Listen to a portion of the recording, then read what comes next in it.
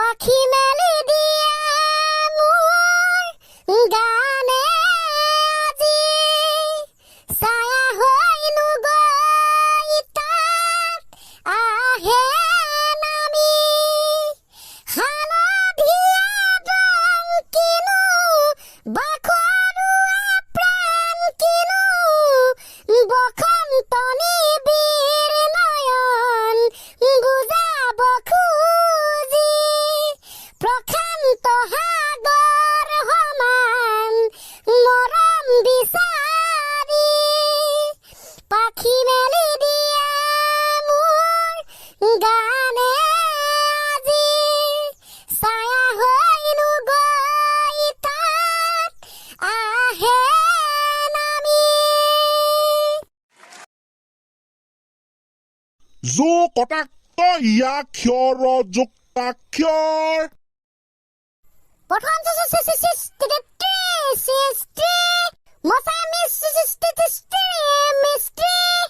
দে ঠিক আছে আজিৰ খণ্ডটিলে যাওঁ আজিৰ খণ্ডটিত বা আকৌ কি কি আছে আজিৰ খণ্ড ছাৰ লগাই লণ্ড ভণ্ড বিষয় বাংলাদেশী মিয়াৰ ওপৰত লিখা দুটা গীত হয় নেকি এয়া তহঁতৰ সৃষ্টি নে ৰাইজৰ দাবী ৰাইজৰ দাবী ছাৰ ৰাইজৰ দাবী ওকে তেন্তে আহক প্ৰথমতে আমি শুনি লওঁ বাংলাদেশী মিয়াৰ ওপৰত লিখা দুটা গীত গীত গীত যিহেতু ৰাইজ বাংলাদেশী সমস্যাটো হৈছে আমাৰ চিৰিয়াছ মেটাৰ গতিকে আমি কোনো ধৰণৰ কমেডি গান লিখা নাই আমি চিৰিয়াছ গীত লিখিছো ওকে নো প্ৰব্লেম আৰম্ভ কৰ হ'ব ছাৰ দেশত বাঢ়িছে বাংলাদেশী আজি খেদিবৰ হ'ল জাতিৰ পিঠিত মৰণ সংকট অন্ধ জনগণ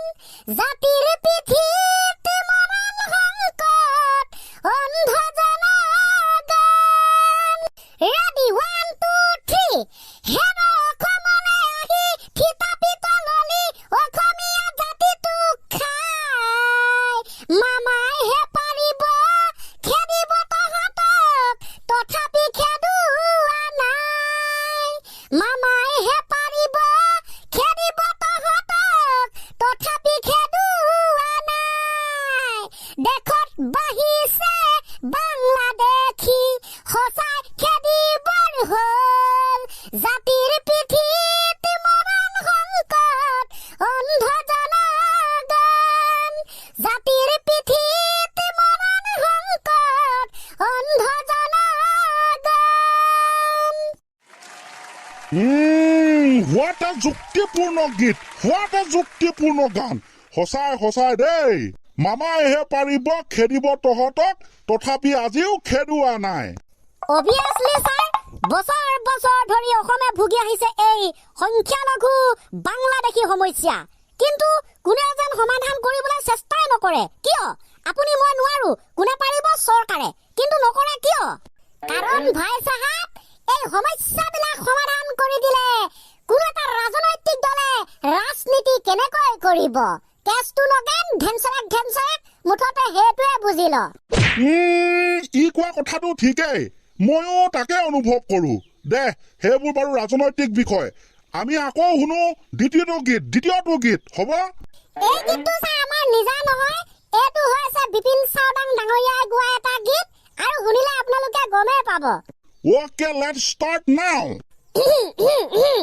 ঐ ল ঢুলীয়া বজাই ল বিহুৰ ঢোল বজাই ল দুদিনৰ পিছতে আমাৰ বিহু ঢোল ধোৱা চাঙত উঠিব দুদিনৰ পাছতে আমাৰ বিহুৱাই চকু পানী টুকিব বাংলাদেশৰ বঙালীয়ে বিহু মেলা পাতিব বাংলাদেশৰ বঙালীয়ে বিহু মেলা পাতিব হৈ বাচি থাক যদি অসমীয়া আহৈ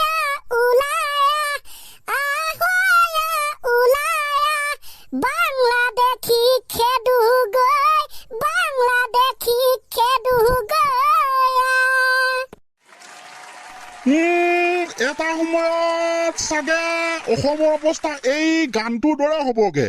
ৰাইজৰ চিঞৰ, দল সংগঠনৰ প্ৰতিবাদ, কিন্তু চৰকাৰ নিমাত। আৰু গাইছ, আপোনালোকে ভাবিছে নেকি এই শ শ মানুহক খেদি উচ্ছেদ চলাই বেদখল কৰি থকা ৰাইজক উচ্ছেদ চলোৱাৰ বাবে অসমৰ এই বাংলাদেশী সমস্যাটো সমাধান হৈ যাব? আহক আমি গভীৰভাৱে বিশ্লেষণ কৰো।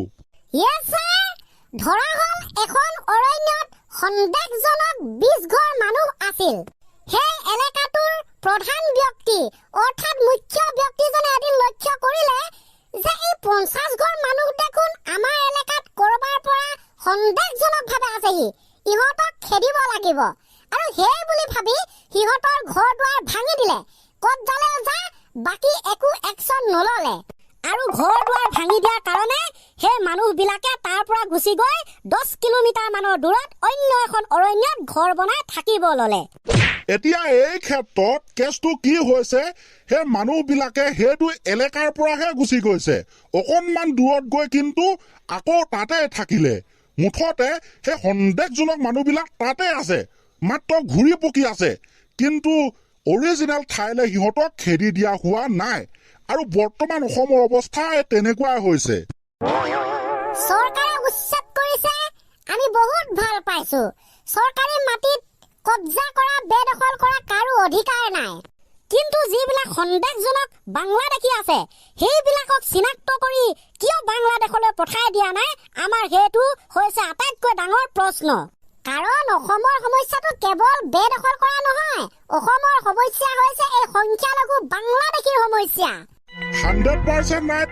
গতিকে আমি ভাবো যে কেৱল উচ্ছেদ কৰিলেই নহ'ব, যিবিলাক সন্দেহজনক আছে, আজি অসমৰ ৰাইজে, অসমে ভুগি আছে অতীতৰ পৰা এই বাংলাদেশী সমস্যা, সেইখিনিক চিনাক্ত যাতে অতি সোনকালে চৰকাৰে কৰে আৰু সেইবোৰক নিজৰ স্থানলৈ পঠাই দিয়ে, তেতিয়াহে আমি ছাকচেছফুল হ'ম।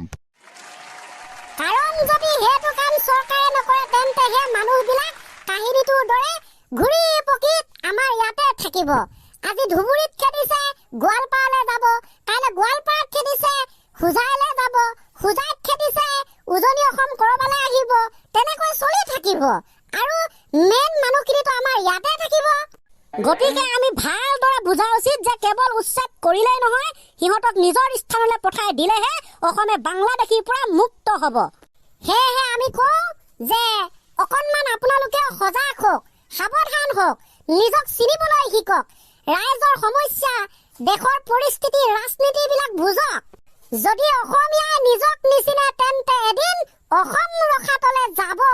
এই কথাষাৰ সত্যত প্ৰমাণিত হ'বলৈ বেছি টাইম নেলাগিব। আপোনালোকে কি ভাবে ক'ব। আমাৰ কিছু মন্তব্য আগবঢ়ালো, দুটা গানো গালে, তো কমেণ্টত ক'ব। তো ইমানলৈ আজিলৈ শেষ হৈছে। Bye bye.